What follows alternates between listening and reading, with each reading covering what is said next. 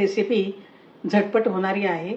तुम्ही आयत्या वेळी सुद्धा ही पटकन करू शकता आणि करायला जास्त वेळही लागत नाही आणि खायला पण तेवढीच टेस्टी आहे। बोनलेस चिकन घेतलेले आहे आणि असे पीस करून घेतलेले आहेत।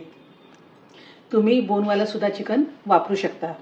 चिकनला मॅरिनेट करायचं आहे, त्याच्यासाठी अर्धा टीस्पून मी मीठ घेतलेलं आहे, अर्धा टीस्पून हळद, याच्यात मी अर्धा लिंबाचा रस घेतलेला आहे। यातला मी थोडासाच लिंबाचा रस याच्यात घालणार आहे, एवढा मी बाकी ठेवलेला आहे। 1 टीस्पून आले लसूण पेस्ट घालायचे आहे। चिकनला हे सर्व चांगलं मिक्स करून घ्यायचं आहे आणि 10 मिनिटं मुरवत ठेवायचं आहे।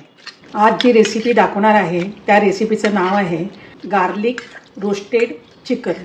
चिकनसाठी मी मसाला तयार करून घेत आहे।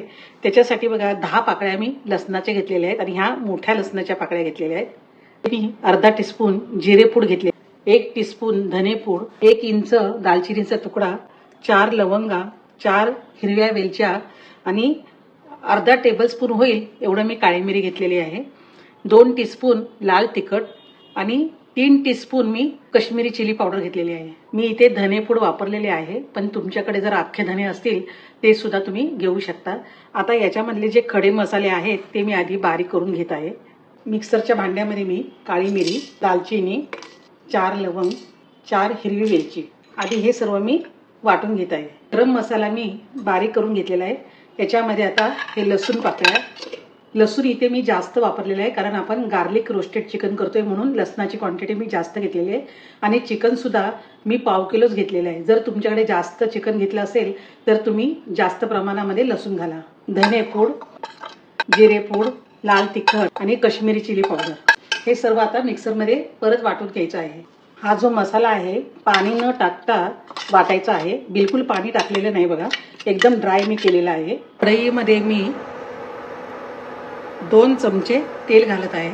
तेल गरम झालं आहे आणि इथे एक मोठा कांदा मी बारीक चिरून घेतलेला आहे, तो याच्यात घालायचा आहे। कांदा ब्राऊन झाला आहे, जास्त करपवायचा नाही आहे बघा, हा असा ब्राऊन झाला पाहिजे। यामध्ये मॅरिनेट केलेलं जे चिकन आहे ते घालायचं आहे। चिकन चांगलं परतून घ्यायचं आहे। हे चिकन परततानाच अर्ध शिजलं जातं। चिकन परतल्यानंतर बघा ह्याला कसं पाणी सुटलं आहे। आता हे पाणी आटवून घ्यायचं आहे, या पाण्यामध्ये चिकन शिजवून घ्यायचं आहे। चिकन चांगलं परतलं गेलं आहे आणि शिजलं सुद्धा आहे। आता हा जो वाटलेला मसाला आहे तो सर्व याच्यामध्ये घालायचा आहे। मसाला घातल्यानंतर चिकन याच्यामध्ये चांगलं परतून घ्यायचं आहे आणि सुगंध तर खूपच सुटला आहे याचा। अर्धा लिंबाचा रस मी ठेवला होता तो आता याच्यामध्ये घालायचा आहे। 4 हिरव्या मिरच्या मी अशा उभ्या चिरून घेतलेल्या आहेत। कढीपत्त्याची 1 स्टिक आणि वरून 1 टेबलस्पून एवढी कोथिंबीर। आता हे सर्व याच्याबरोबर परतून घ्यायचं आहे। चिकन बघा आता चांगलं परतलं सुद्धा गेलं आहे। चिकन आता तयार झालं आहे, मी गॅस बंद करत आहे।